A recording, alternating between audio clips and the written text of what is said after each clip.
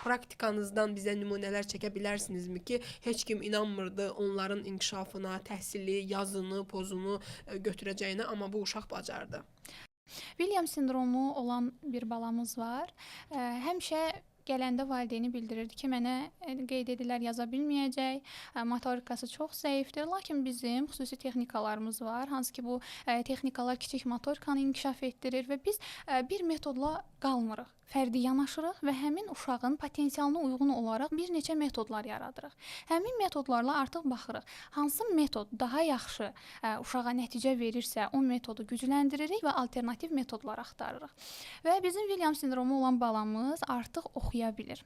Biz onunla oxu təlimini həyata keçirmişik, uzun sözlərə keçmişik, artıq oxuya bilir, yaza bilir və komissiyadan keçdiyi zamanda bildiriblər ki, bu böyük bir uğurdur. Həm valideynin, həm mərkəz olaraq bizim.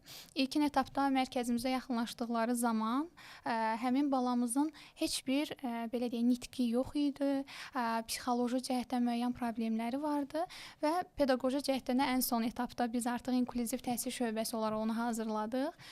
Mənə keçən həftə artıq onun mesajı gəldi ki, balamız məktəbə qəbul olub. Hətta mən onu həmin məktəbdə tapşırdım ki, daha yaxşı şəkildə onu tanısınlar. Onun fərdi xüsusiyyətlərini müəlliməyə bildirdim ki, məsələn, yanaşdığımız zaman bu şəkildə yanaşa bilərsiniz, o sizə daha yaxşı cavablar verə bilər.